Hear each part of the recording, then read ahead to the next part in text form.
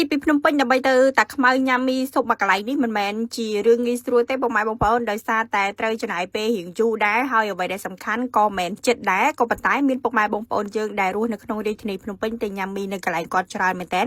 មូលហេតុនេះគឺដោយសារមីស៊ុបមកកន្លែងគាត់ពុកម៉ែបងប្អូនគឺមួយចានលក់ត្រឹមតែ 6000 រៀលទេនិយាយទៅគួរសមហើយរសជាតិឆ្ងាញ់ទៀតមីស៊ុបម្លប់មីនៅតាខ្មៅសម្រាប់ពុកម៉ែបងប្អូនដែលរស់នៅតាខ្មៅប្រកាសជាស្គាល់ច្បាស់ហើយអ្នកនៅភ្នំពេញឥឡូវនេះក៏ស្គាល់ច្រើនដែរដោយសារតែមានពុកម៉ែបងប្អូនជាច្រើនដែលរស់នៅភ្នំពេញជាមួយរបស់គាត់ហើយ Twister ទៅថ្ងៃនេះគឺទៅជាមួយនឹង Boostrong ដោយសារតែយើងធ្វើដំណើរផ្លូវឆ្ងាយក៏ដូចជាកាសធាតុក្តៅអញ្ចឹងទៅដាក់ Boostrong ដើម្បីបើកម្លាំងហើយថ្ងៃនេះ double បើតែម្ដងណាដោយសារតែយើងមកញ៉ាំមីស៊ុបសម្រាប់មីស៊ុបមកកន្លែងនេះគឺតាម Twister ដឹងគាត់លក់យូរឆ្នាំមកហើយពុកម៉ែបងប្អូនគឺគាត់លក់បែបសាមញ្ញធម្មតានៅផ្ទះទេក៏ប៉ុន្តែបើនិយាយអំពីបរិមាណនៃការលក់វិញគឺមួយថ្ងៃគឺគាត់លក់បានច្រើនចានមែនតើគឺរាប់រយចាននោះមូលហេតុដែលគាត់លក់ដាច់ហ្នឹងគឺអត់មានតាណាឆ្ងាយទេក្រៅពីរសជាតិអនាម័យជាពិសេសពាក់ព័ន្ធទៅនឹងតម្លៃផ្ទាល់តែម្ដងមួយចានត្រឹមតែ 6000 រៀលទេពុកម៉ែបងប្អូនក៏ប៉ុន្តែបើសិនជាយើងញ៉ាំនៅពេញគឺតម្លៃលើនឹងឆ្ងាយគឺហៅស៊ុបគោតា2 3ចានក៏ដូចជាស្បងគោមួយពោះគោទឹកប្រហុកមួយចានអីហ្នឹងគឺថារៀងធូរកប៉ៅខោដែរប៉ុន្តែបើថានៅកន្លែងគាត់វិញហៅមកស្រឡាញ់ប៉ុន្តែអស់លុយតិចមែនតើ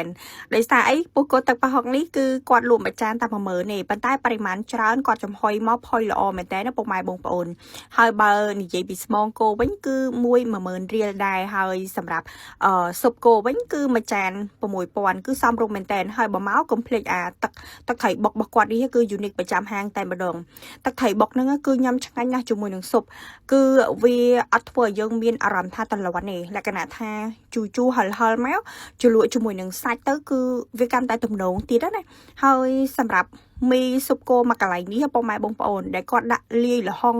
2-3 ចំណិតនៅក្នុងចាននឹងមកគឺវា balance គ្នាជាមួយនឹងអាទឹកស៊ុបក៏ដូចជាសាច់ដែលគាត់ដាក់ហ្នឹងបរិមាណប៉ុណ្ណឹងគឺខ្ញុំអាចនិយាយបានថាធូរក៏ដូចជាសមរម្យមែនតើហើយពុកម៉ែបងប្អូនអាចមកញ៉ាំចន្លោះពីម៉ោង 8 ព្រឹករហូតដល់ម៉ោង 7 យប់ព្រោះអីម៉ោងហ្នឹងគឺជាម៉ោងដែលគាត់បើកលក់ហើយសម្រាប់ Twister ទៅញ៉ាំពេលថ្ងៃអញ្ចឹងទៅនៅពេលដែលយើងញ៉ាំអាហារហើយគឺតែងតែលក្ខណៈថាឆ្អែតងុយគេងអញ្ចឹងដាក់ Boostrong មកចាប់ទៅកុំឲ្យងុយគេងស្វាងមានស្មារតីបន្តការងារទៅមុខទៀតហើយកុំភ្លេចស្តាក់ពូគោទឹកប្រហុកនៅកន្លែងគាត់គឺថាមានអាប់ដេតដាក់ផ្កាស្នោទៀតនិយាយទៅគឺថាប្លែកមែនតើអញ្ចឹងសម្រាប់ពុកម៉ែបងប្អូនដែលបានឃើញវីដេអូ Twister ហើយ